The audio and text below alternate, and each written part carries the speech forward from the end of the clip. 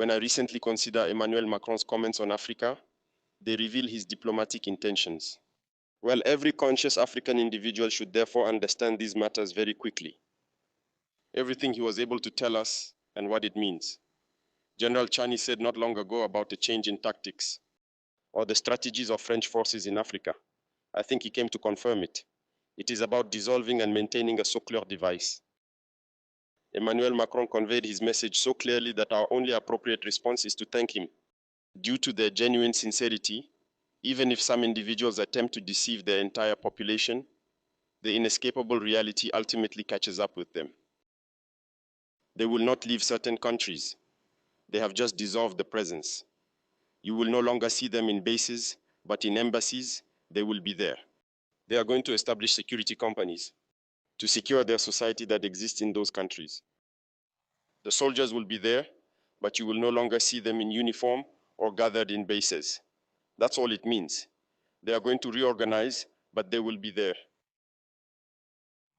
As a courtesy towards certain heads of state, priority is being given to them to announce the rupture or the departure of French military forces from their respective territories. It matters little to us, one could say. But all we know is that if you want a break with these imperialist forces, it's simple, denounce the agreements. It all starts there. I think the example of Chad, in any case, they started by denouncing the agreements. Otherwise, if you do not denounce the agreements, just saying that the bases are leaving, we have done nothing. Because the problem lies in the colonial defense agreements that have been signed since independence. The most dangerous thing is not what you see in the bases. The most dangerous are the military advisors. The military council currently exists within all of these countries. They existed in Burkina as well until the end of 2022, until we took our responsibilities. And who are these military advisors? They are the ones who are supposed to put into practice France's policy here. They must work to make our armies very weak so that France can always have the argument to exist here. Compared below, they had succeeded. Our sentinels were therefore on guard with sticks. That's what France wants from our armies. When we reach this stage, we have no choice but to want them to come and settle. But the Burkinabe army also seems at some point to get rid of the military advisors. Unfortunately, I think that in 2019, after Operation Otapon, circumstances worsened significantly, where these French saw that the army in Burkina Faso still had the capacity to react to terrorism. They called the chiefs of staff in France. Lorsque nous, peuple, nous décidions de nous défendre, on nous traite de milices. Mais là n'est pas le problème. Ce qui est le problème, c'est de voir des chefs d'État africains qui n'apportent rien à ces peuples qui se battent, mais qui chantent la même chose que les impérialistes en nous traitant de milices, en nous traitant donc d'hommes qui ne respectent pas les droits de l'homme. De quels droits de l'homme parle-t-on? Nous nous offusquons contre cela et c'est honteux. Il faut que nous, chefs d'État africains, nous arrêtons de nous comporter donc en marionnettes qui dansent à chaque fois que les impérialistes tirent sur les ficelles. And those are the issues that our leaders have to address. Those are the fact our leaders in Africa has to prioritize first so that the Africans and the black people, wherever they are, they have to know and they have to advocate this issue of mental decolonization. And finally, the slave empire, according to them, it's Africa and certain peoples of South America. In their minds, as I mentioned recently, Africa belongs to them, our lands belong to them, the riches of Africa are for them, and they can't conceive that Africans could liberate themselves, to come up for air and therefore want to stand up to them, and for that they put a stereotype in their heads. The African is easy to manipulate, he is just emotion. They will always find an African to fight against his brother. It's very rare to find an African leader making such speech, because 90% of the African leaders are puppets of the whites. So they fear. I'm not scared of death. I'm not scared of death. I don't know why I'm still alive. Are you scared of I killing? died long time ago. Are you scared of killing? I'm not scared of killing. A revolutionary is a walking killing machine. Not scared of death. If that need arise, I will kill. And I will do so with no hesitation, especially in defense of my people. So Ibrahim Traore was just issuing the facts as to why he decided to send away the French armies. And he started by saying that, talking about the Emmanuel Macron, he was just replying at what Emmanuel Macron tried to say to Burkina Faso, that Africans are not grateful. After all, they were helped for. So even after what they did to Africa, they still need Africa to bow after them. We have to bow after them and say that, thank you. We thank you for what you did. Nous avions une relation sécuritaire. Elle était de deux natures, en vérité. Il y a une partie, c'était notre engagement contre le terrorisme depuis 2013. On avait raison. Je crois qu'on a oublié de nous dire merci. C'est pas grave, ça viendra avec le temps. L'ingratitude, je suis bien placé pour le savoir, c'est une maladie non transmissible à l'homme. Et je le dis pour tous les gouvernants africains qui n'ont pas eu le courage, vis-à-vis de leurs opinions publiques, de le porter, aucun d'entre eux ne serait aujourd'hui avec un pays souverain si l'armée française ne s'était pas déployée dans cette région. Et j'ai une pensée émue pour nos soldats qui, parfois, ont donné leur vie et pendant des années se sont battus. Nous avons bien fait. On est parti parce qu'il y a eu des coups d'État. Parce qu'on était là à la demande d'États souverains qui avaient demandé à la France de venir. À partir du moment où il y a eu des coups d'État, où les gens ont dit « notre priorité, c'est plus la lutte contre le terrorisme, c'est ceci ou cela qu'importe », la France n'y avait plus sa place, parce que nous ne sommes pas les supplétifs de putschistes. Donc on est parti. Maybe we can thank you for that a little percentage that you did to Africa, but you are the one who has to thank Africa, because I think Africa and African countries, Africa is the one who has made your countries to develop and reach the point where they are today. Because without Africa, then your countries could have nothing, could have not reached to something. So when Ibrahim Traore decided to come up and stand by his own reasons, that he wanted to make his country independent, he wanted to make his country free from colonizers, then it became the problem. And what is happening today is that in African countries, yes, we are free. We are free colonialism, but we are being led with some peoples which we don't know. We are being led by some people which we never see. But they are there. They are the one who are making policies in our countries. They are there. They are the one who are controlling and guiding our governments on what to do. They are the one who are giving directions and issuing some statement to Africans, to our governments, so that what the governments are operating for, they are not operating on their policies, but they are operating in some people's policies. And this is what is happening in Africa. Take an example of the country, of the organization like AU. AU is an African Union. This is an organization that is supposed to deal with the African matters. This is the organization that is supposed to be solving the issues of Africa. But yet, this organization is not being led by the African leaders, but they are being led by the foreign leaders. We as Africans, the Africans are being put there just like images, just to portray some African images, so that we as Africans can feel like we are there. We are being represented. Yet they are leaders, yes, but they are being acting under some policies of foreign leaders. And that's why the foreign leaders are getting easy access to African countries, so that they can come and exploit just the same as they exploited African countries, just the same way they looted African countries since independence, before independence. We are experiencing conflicts in African countries. Our armies are not strong enough. They are the one funding the terrorists to attack, to destroy Africa, so that we can we reach the point that where we say that we need our colonizers, we need support from them. And once they come to these countries, they are not helping Africans. They're not defending Africans, but they are defending their population, which consists to these countries. And that's why when you see any conflicts arises in African countries, they have the embassies.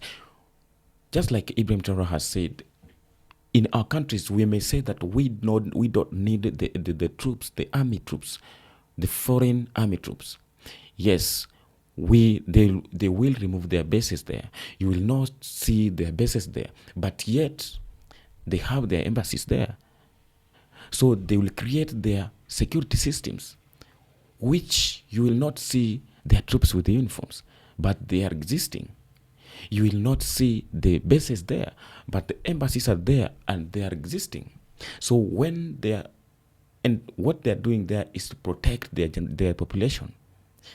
There are small number of the population that are being consist in African countries. They are there to protect them. So whenever the conflicts arises, their population will get help and support and being secured by the troops or the security system which are found in their embassies.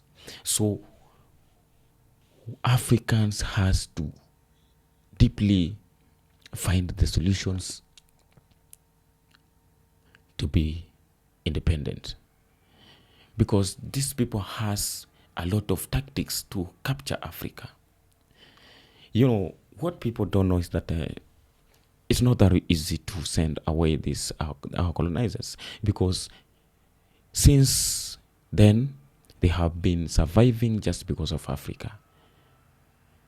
They have been surviving because of Africa.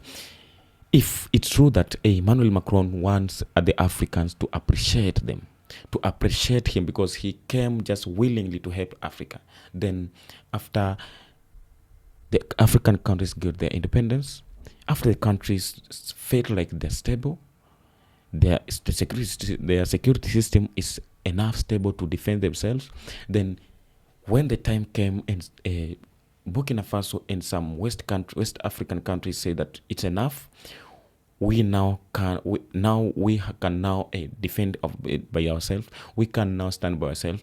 We appreciate for the little and enough support that you have offered to us, and now it's time you can go back to wherever you belong, so that we as African can organize by ourselves and defend by ourselves. It became like a quarrel.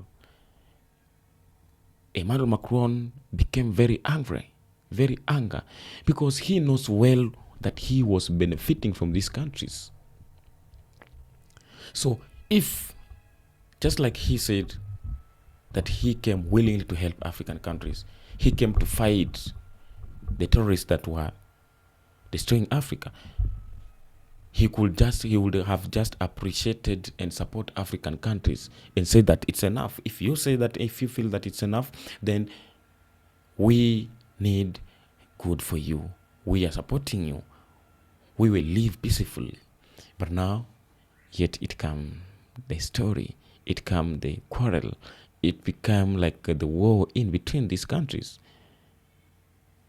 Yet they claim that they were helping African willingly without payment, with nothing to return. That's not true. That's not true, and that's not really. So Macron said that we have to appreciate him for his sincerity and generosity. Of course, we did that. So what Africans need to do today is that we have to learn from what is happening. We have to learn from what is happening. The Africans cannot, the whites cannot survive without the Africans, without blacks. But the black are not aware about this. We as youths are the one now who has to take these things in our hands. We are the ones who have to take these fights in our hands. It's better you die fighting than you live like a slave.